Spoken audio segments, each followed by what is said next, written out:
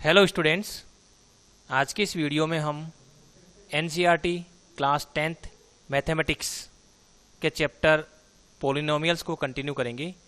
Polynomials part 3। We shall cover the following concepts in this video lesson. Value of a polynomial, किसी भी polynomial की जो value है वो हम कैसे फाइंड आउट करेंगे किसी पर्टिकुलर वैल्यू ऑफ एक्स पर। फिर पॉलिनोमियल के जीरोज क्या होते हैं। फिर हम पॉलिनोमियल के जीरोज फाइंड आउट करने का एक मेथड पढ़ेंगे, एल्जेब्रिक मेथड। एल्जेब्रिक मेथड के माध्यम से हम किसी भी दिए गए पॉलिनोमियल के जीरोज हम कैसे फाइंड आउट करेंगे।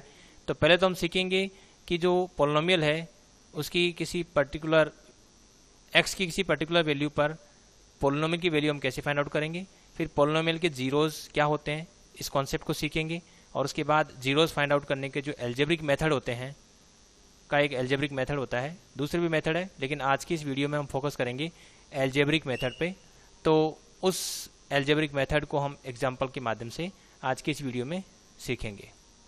तो सबसे पहले हम सीखेंगे कि पॉलिनोमियल की वैल्यू क्या होती है और हम इसे कैसे फाइंड आउट करते हैं। If P x is a polynomial in x,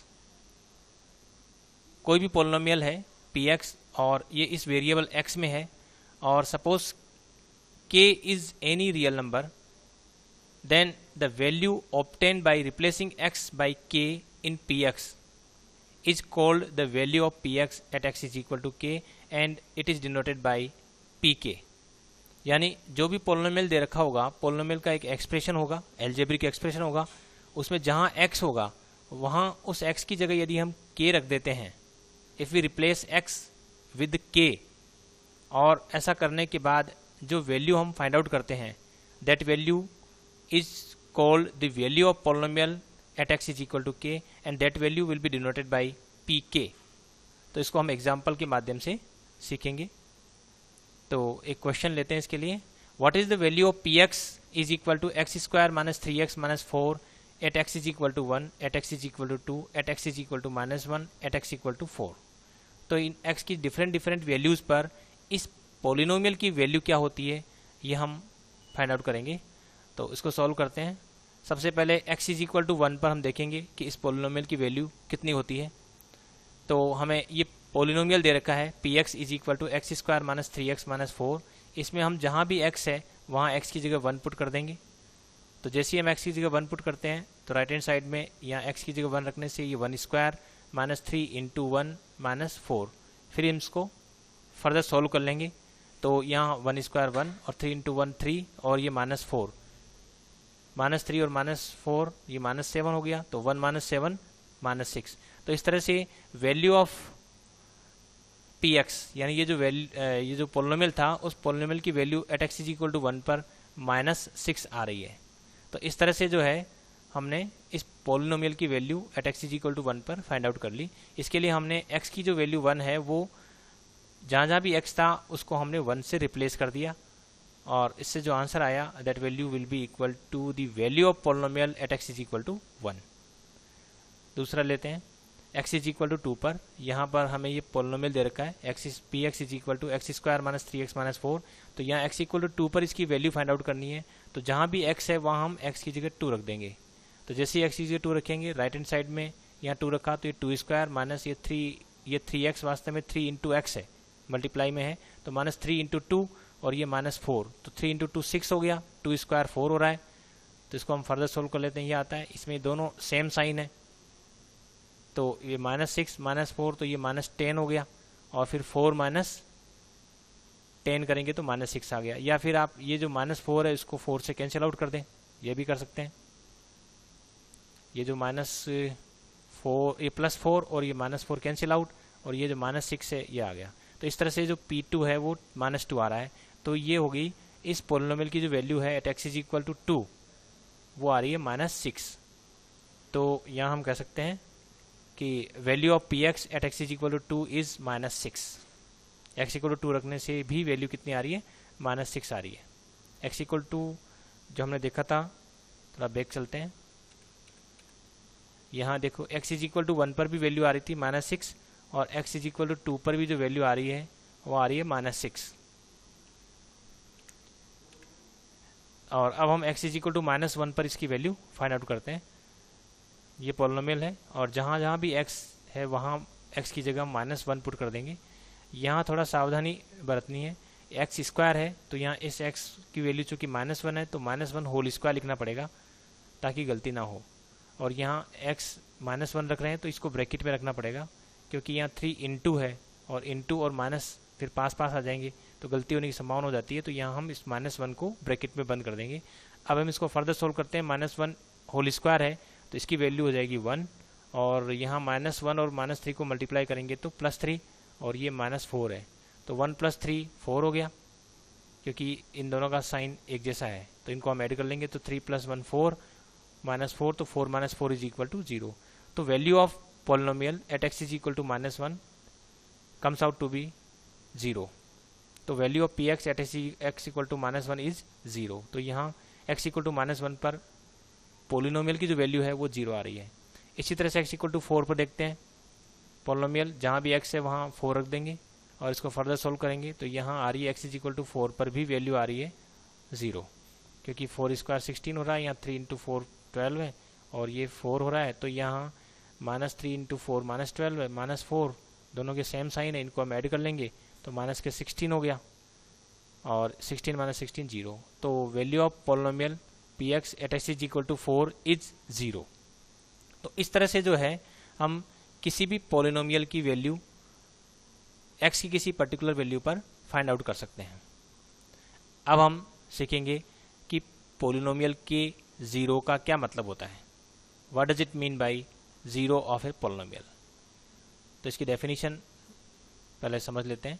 A real number k is said to be a 0 of a polynomial px if pk is equal to 0।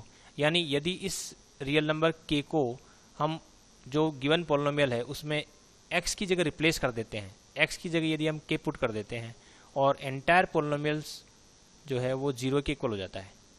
तो ऐसी स्थिति में ये जो रियल नंबर k है that real number is known as the 0 of a polynomial.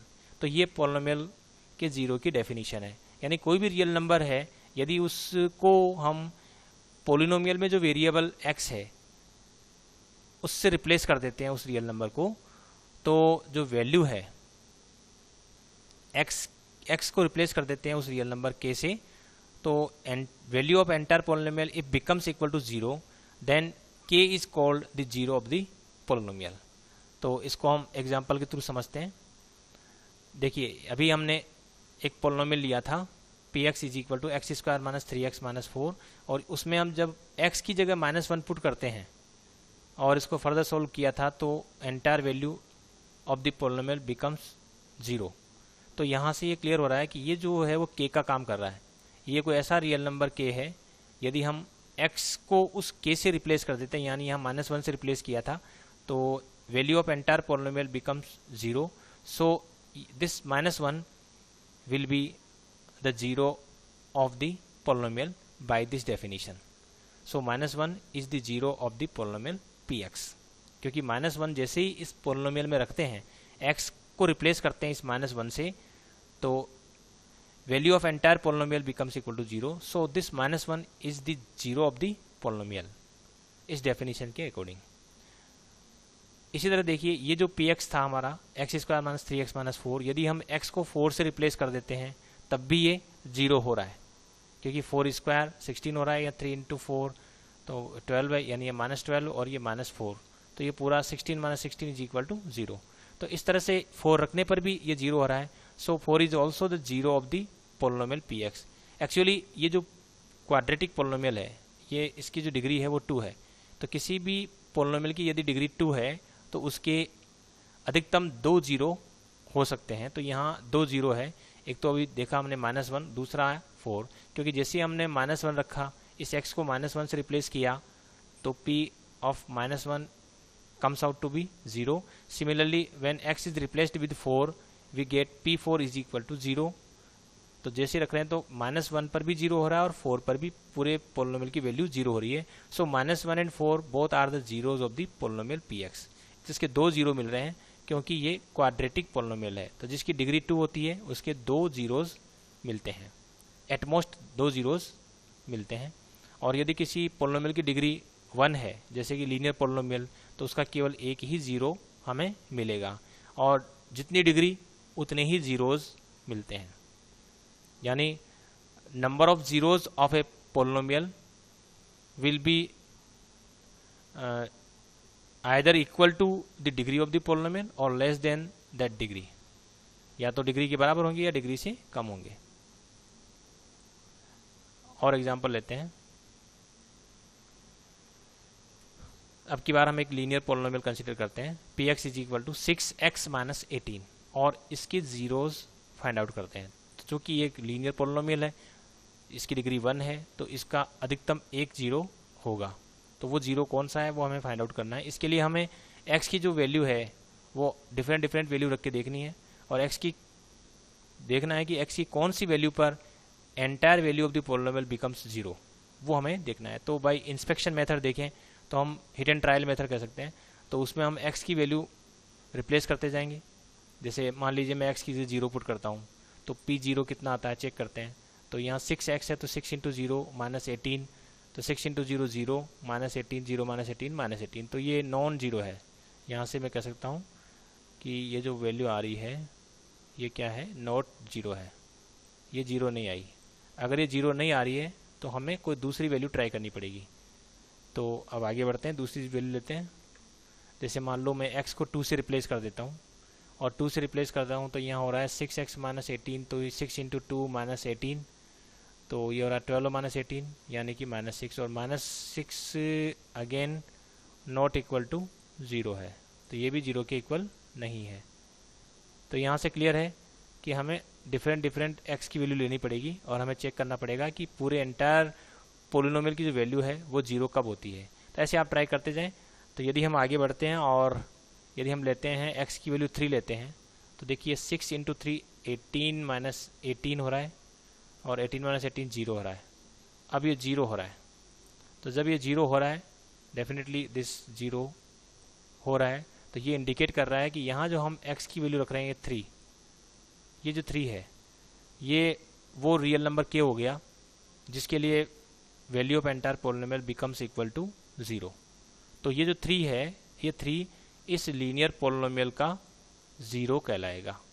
तो ये हम कह सकते हैं कि 3 is the zero of the polynomial px। तो ये गिवन पोलिनोमियल है, इसका ज़ीरो है, ये 3 को हम ज़ीरो बोलेंगे, इस ज़ीरो को ज़ीरो नहीं बोलेंगे। ऐसा रियल नंबर जो पूरे पोलिनोमियल को ज़ीरो बना देता है, ऐसे रियल नंबर को हम ज़ीरो ऑफ द पोलिनोमियल कहेंगे। और ज़ीरो ऑफ द पोलिनोमियल यहाँ नॉन ज़ीरो है, देखिए।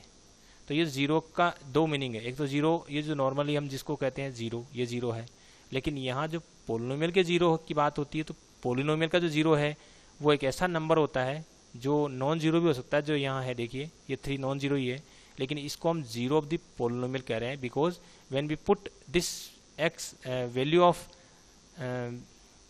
x equal to this number 3 and value of entire polynomial becomes equal to 0, so this 3 is called the zero of the polynomial।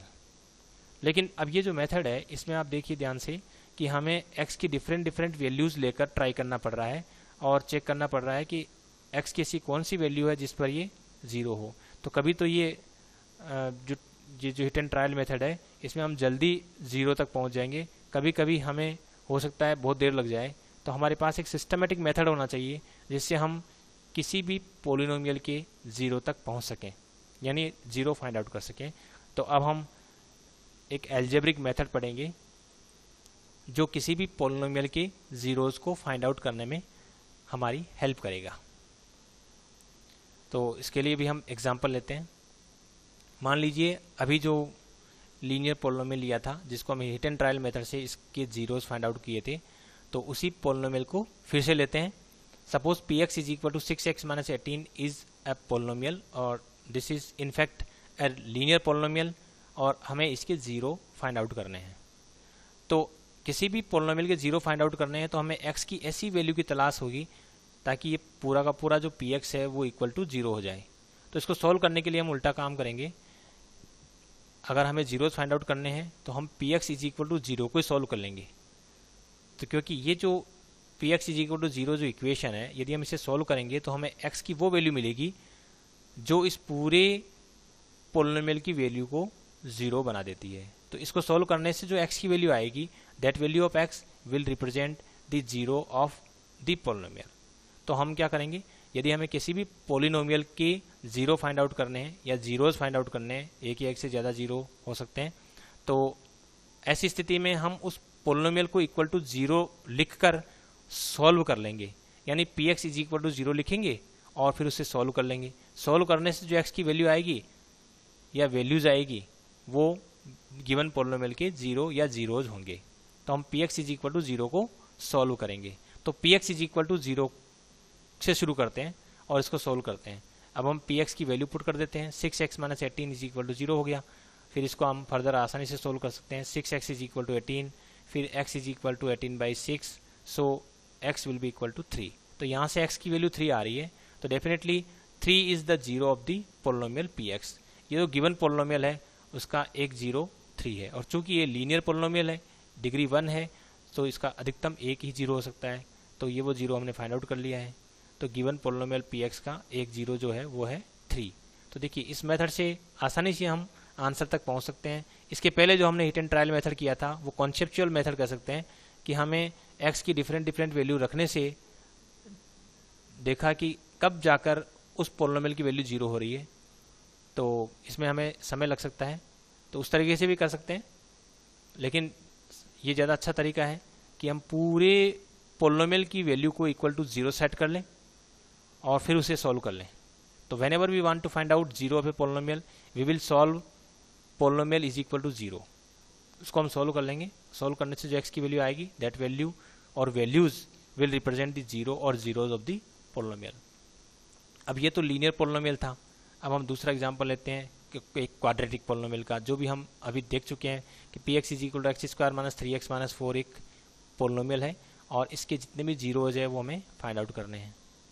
तो in order to find out zeros of the polynomial we will solve P x is equal to zero. यानी जो भी given polynomial है उसको equal to zero लिखकर उसे solve कर लेंगे।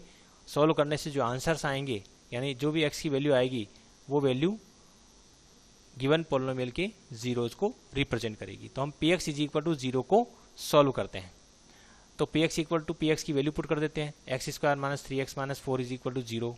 अब हम इसे सॉल्व करेंगे, यानी x square minus 3x minus 4 is equal to zero को सॉल्व करना है। और किसी भी क्वाड्रेटिक इक्वेशन को सॉल्व करने का तरीका होता है कि उसकी जो मिडिल टर्म है, ये जो मिडिल टर्म दिख रही है, इस मिडिल टर्म को हम स्प्लिट करेंगे।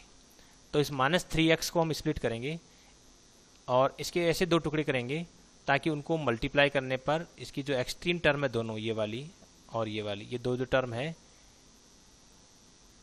उनके प्रोडक्ट के बराबर आ जाए। यानी पहले हम जो एक्सट्रीम टर्म है एक्स स्क्वायर और माइनस 4, इन दोनों का यदि हम प्रोडक्ट करते हैं तो आता है माइनस का 4x स्क्वायर, और फिर इस माइनस 4x स्क्वायर की हम इस तरह से दो फैक्टर करेंगे ताकि उनका जो प्रोडक्ट है वो तो हो जाए माइनस 4x स्क्वायर और इनका जो सम है वो हो जाए माइनस 3x। तो definitely minus 4x square can be splitted into these two factors minus 4x and plus x. If we multiply these two factors minus 4x and plus x, we will get minus 4x square. Through the multiplication of these two terms, we get minus 4x square. And if we add these two terms, actually we have to subtract these two because they are of the opposite sign. So when we combine these two terms minus 4x and plus x, so we will have to subtract these two because they are of the opposite sign. So if we subtract these two, we get minus 3x, which is the middle term in this expression. So in this way we can split minus 3x, we can write minus 3x equal to minus 4x plus x. इस तरह से middle term को हम split करते हैं। ये factorisation method से किसी भी क्वाड्रेटिक इक्वेशन को सोल्व करने का तरीका होता है। तो हम इसमें क्या किया, एक बार फिर से रिवाइज कर देता हूँ। फर्स्ट टर्म और लास्ट टर्म, किसी भी क्वाड्रेटिक एक्सप्रेशन की फर्स्ट टर्म और लास्ट टर्म है उनको मल्टीप्लाई करके यहाँ लिख लें। फिर हम उसके दो फैक्टर बनाएंगे, यानी इनको दो ऐसी टर्म्स में तोड़ेंगे जिनको मल्टीप्लाई करने पर तो ये आ जाए, और चूंकि यहाँ नेगेटिव साइन है तो सब्ट्रैक्ट करने पर मिडिल टर्म आ जाए। तो ये माइनस 4 और प्लस का 1 है, यहाँ पर माइनस का 4 है और यहाँ प्लस 1x है। तो प्लस 1 और माइनस 4 ये माइनस 3 हो रहा है। तो ये माइनस 4x प्लस x जो है वो माइनस 3x को रिप्रेजेंट कर रहा है। तो ये हो रहा है। तो ऐसा हमें करना होता है। तो ऐसा करने से हमें पता लग रहा है, इसको थोड़ा सा हम रब कर देते हैं जो हमने काम में लिया था। एक तो इसको हटा देते हैं, इसको भी हटा देते हैं, ये हटा दिया है। अब इसमें हमारे पास ये रिजल्ट है, क्योंकि -3x जो था, ये जो -3x था यहाँ से यहाँ तक -3x है, इसकी जगह हमने लिख दिया है -4x + x लिख दिया है, जो यहाँ से हमें मिल रहा है। तो -3x को जैसे हमने -4x + x लिखा, अब हमारे पास 4 टर्म हो गई है। अब हम इसमें पेयर बनाएंगे, यहाँ से यहाँ तक का एक पेयर, दूसरा यहाँ से यहाँ तक का दूसरा पेयर, और इसमें जो कॉमन आ रहा है उसको लेंगे। तो x² - 4x है, इसमें से जो कॉमन मिलेगा वो x मिलेगा। तो इसमें से जैसे हमने x कॉमन लिया तो यहाँ बच रहा है हमारे पास x - 4, x कॉमन लेने के बाद x - 4। सिमिलरली यहाँ +x - 4 है तो यहाँ +1 कॉमन ले लेते हैं, तो यहाँ x - 4, क्योंकि यहाँ कुछ अलग से कॉमन नहीं है तो +1 ही कॉमन है। अब हम फिर से देख रहे हैं, हमारे पास अब 2 टर्म है, यहाँ से यहाँ तक फर्स्ट टर्म हो गई और यहाँ से यहाँ तक दूसरी टर्म हो गई। इन दोनों टर्म में हम देखें तो ये जो पार्ट दिख रहा है x - 4 यहाँ भी है और x - 4 यहाँ भी है। तो इस x - 4 को हम फिर से कॉमन ले लेते हैं। x - 4 को यदि हम कॉमन लेते हैं तो हमारे पास रिजल्ट जो आएगा वो आ रहा है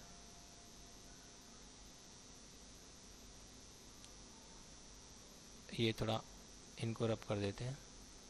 तो x - 4 और x + 1 ये रिजल्ट आ रहा है, क्योंकि x - 4 जब कॉमन ले लेंगे तो यहाँ बचा x और यहाँ बचा +1। Now the product of these two is equal to 0, so at least one of these two must be equal to 0। So either x - 4 will be equal to 0 और x + 1 will be equal to 0। तो इसके बाद result आता है x - 4 is equal to 0 और x + 1 is equal to 0। यदि x - 4 equal to 0 तो x की वैल्यू 4 और यहाँ x + 1 इक्वल टू 0 तो x की वैल्यू -1। तो यहाँ से इस क्वाड्रेटिक इक्वेशन को सॉल्व जब हम करते हैं तो हमारे पास रिजल्ट आता है x = 4 और x = -1। तो ये हमारी क्वाड्रेटिक इक्वेशन थी। इसको सॉल्व करने के बाद रिजल्ट आ रहा है x = 4 या फिर x = -1। तो ये जो आंसर आ रहे हैं, यानी x की जो वैल्यूज़ निकल रही है, यानी यूँ भी कह सकते हैं कि ये जो गिवन क्वाड्रेटिक इक्वेशन है इसको सॉल्व किया हमने, तो जो सॉल्यूशन हमें मिल रहा है वो x = 4 और x = -1 है। तो ये जो दो सॉल्यूशन आ रहे हैं, these are actually the zeros of the polynomial. So 4 and -1 are the zeros of the polynomial. तो किसी भी पोलिनोमियल के जीरोज यदि हमें एल्जेब्रिक मेथड से फाइंड आउट करने हैं तो इसके लिए हमें उस पोलिनोमियल को इक्वल टू 0 लिख कर सॉल्व करना है, और जो सॉल्यूशन मिलेंगे that will represent the zeros of the polynomial. तो ये तरीका रहेगा एल्जेब्रिक मेथड से किसी भी पोलिनोमियल के जीरोस फाइंड आउट करने का। तो आज के इस वीडियो में हमने 3 चीज़ें कवर करी। एक तो किसी भी पोलिनोमियल की वैल्यू हम कैसे फाइंड आउट करेंगे, दूसरा पोलिनोमियल के जीरोज से क्या तात्पर्य है, what does it mean bye zeros of a polynomial.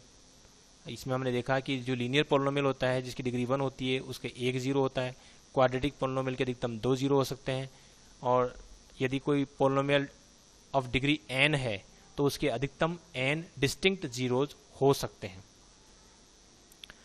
फिर हमने किसी भी पोलिनोमियल है उसके जीरोज हम फाइंड आउट करने का एक बहुत ही बढ़िया एल्जेब्रिक मेथड पढ़ा, जिसमें हमने लीनियर पोलिनोमियल और क्वाड्रेटिक पोलिनोमियल के जीरोज फाइंड आउट किए।